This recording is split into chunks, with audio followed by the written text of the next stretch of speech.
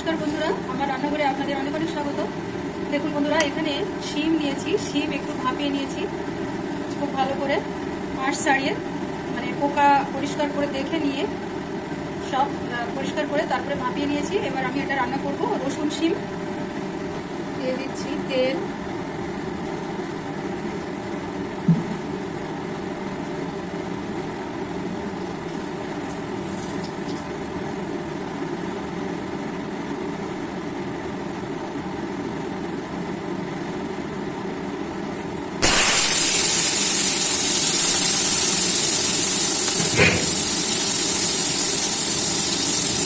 রসুন শিম যেহেতু রসুন দিলাম,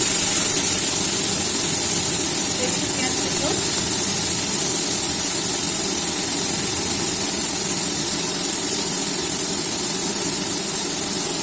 কালো জিরে, একটু টমেটো কুচো,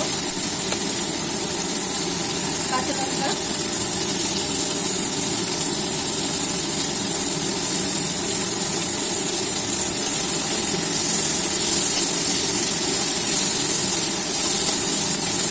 এবার দিয়ে দেবো শিম।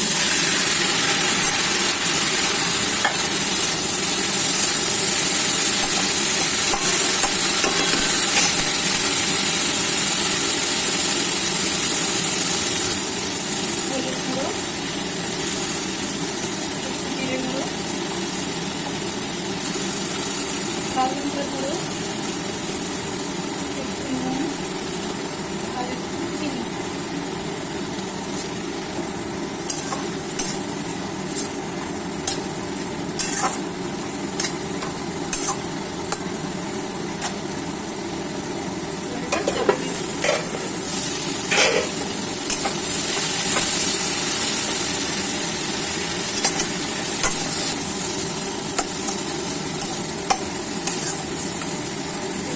রসুন শিম রান্না রেডি হয়ে গেছে, নামিয়ে নিচ্ছি।